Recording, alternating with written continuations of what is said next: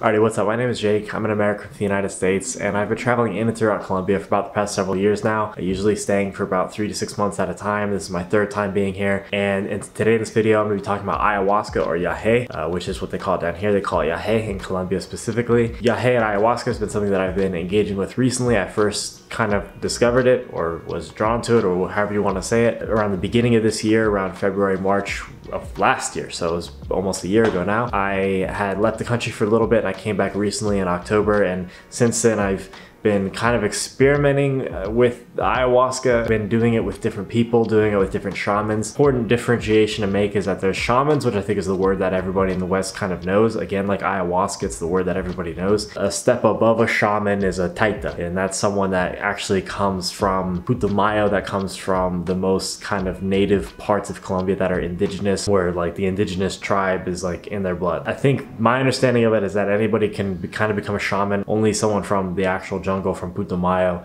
which I'll be making a video about soon, can be a Taita, which is, I guess, like if you're looking at it in like terms of like ranks, like martial arts or something, that's like the black belt, that's like the top level. But I'm going to be making a video today talking about something that I discovered really recently in regards to this topic, the Shaman Taita topic, because it's an important topic. When people are watching my videos, a lot of times they'll reach out and they'll ask me where to go, because I think most people in the West do understand the Taita, the shaman you do it with, is very important, because there are bad stories, there are horror stories out there of people that maybe have just not the best intentions. And I'm going to be talking today about what I've discovered recently while sort of experimenting with a few different shamans, a few different taitas. What kind of I've recently discovered, like my preconceptions were kind of maybe not really correct. I definitely don't fall into the whole super woo-woo-y, progressive minded people that you typically find down here. That's kind of a bit of a trope that you find down here, the very hippie Westerner. But I also at the same time recognize that when you're doing something like this, you're engaging with something that is completely outside the spectrum of your ordinary, regular, everyday consciousness. There are things in this experience that are sort of unexplainable. And one of the assumptions that I've always kind of had with ayahuasca,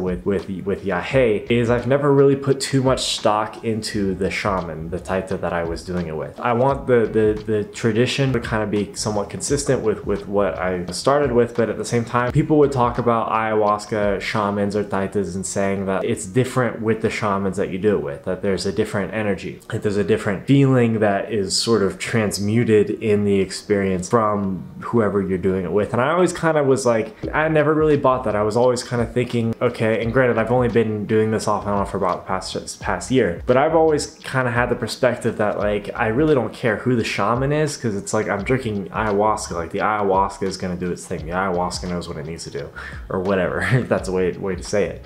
I never put too much stock into the shaman, into the type that I was doing with. All I cared about was that they were safe, that they weren't gonna have any unscrupulous motives or anything like that, that they would just administer the ceremony that the way that the tradition intends it. That's all I really cared about. But recently, after having sort of experimented with a few different shamans, a few different taitas, what I've realized recently is my assumption of thinking that, okay, ayahuasca, the shaman, the taita, just do it right, just do the ceremony. That's kind of all I care about. That person, as long as I'm like, if I'm in trouble, I want that person to care about me and maybe guide me a little bit, but obviously not be too hands-on, let me kind of take the process that I need to take. But recently I did a ceremony. When I say recently, I mean like literally the night before last with the new taita, new shaman, and I noticed a lot of differences. And I don't want to make comparisons. I don't want to say that one is better than the other, but to an extent, yeah. Like I was doing ayahuasca yahe with a shaman before who really looked after me, like during some like really difficult moments. I would say probably like a rock bottom moment where I literally lost my mind, was running around the place, grabbing people, yelling, screaming at the top of my lungs, wanting to pull my hair out, like the nightmares, like a nightmare scenario on ayahuasca. And that shaman, he was there for me. He reminded me that it was part of the process, and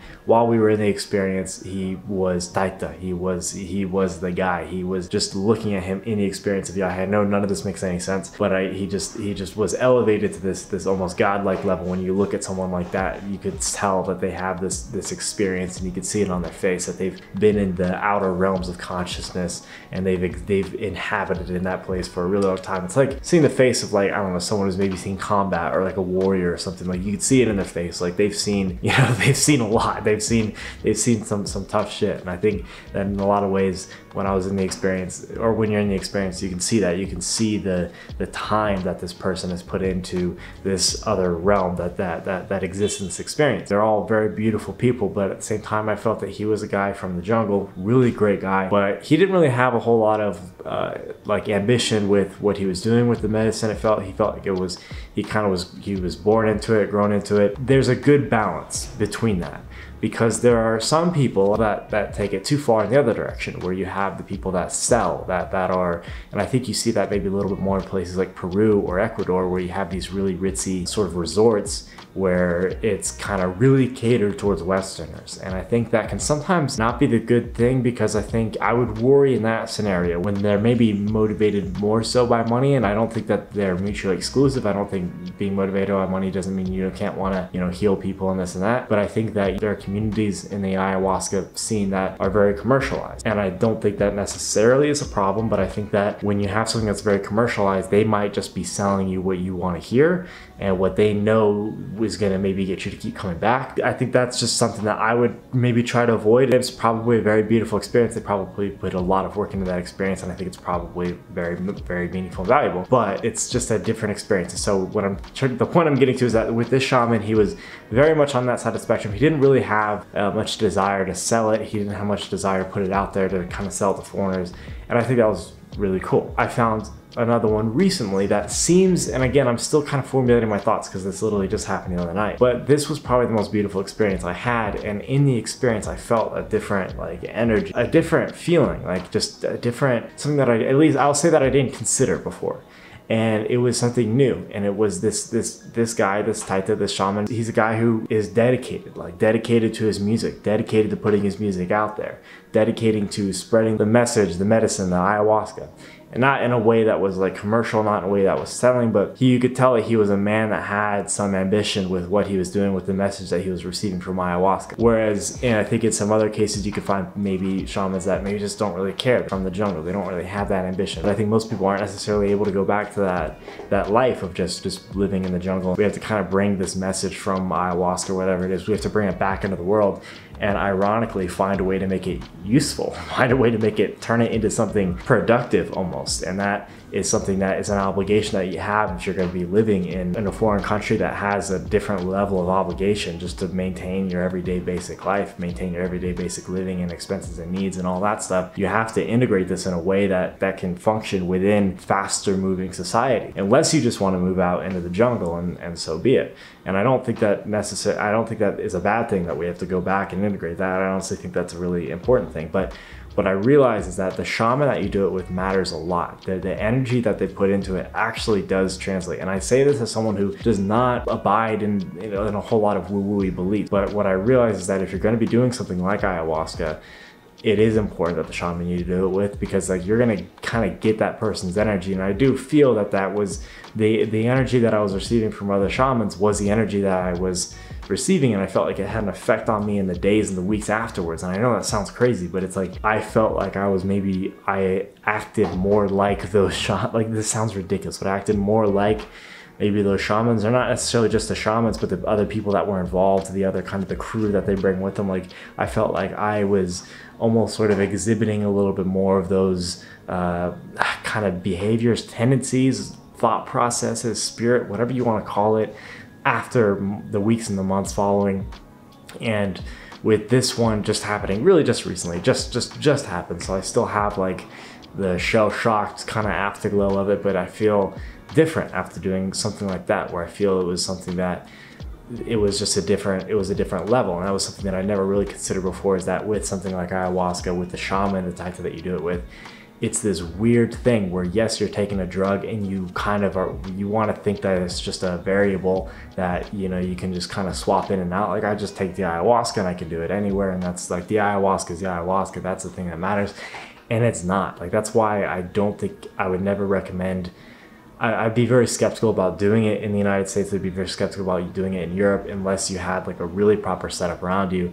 it has to be the tradition and everything that's surrounding it is very, very important. And to make sure that you're having someone that is going to uphold that, that is going to sort of maintain that and guide you along the way, because things can go wrong in this sort of experience. Like, things can go wrong. Like I said, I had a nightmare experience, and luckily I had a shaman or Taita that was there for me when that was happening. But for the most part, he also wasn't too hands-on, wasn't too like overbearing. He kind of let me work it out, and then when I finished, said, okay, this is the process, this is the way it needs to go. And I needed to hear that. And so you need to find somebody that is like that, because you don't know, you might not have the best person that you're doing it with, and that, I think, is going to get sort of transmuted into you almost, like, and I know it sounds weird, and become kind of a part of you. So that's just something that I wanted to just kind of riff on for a little bit, just sort of talk about something that I realized recently, and I think I'm going to kind of think more about that and expand on that going forward.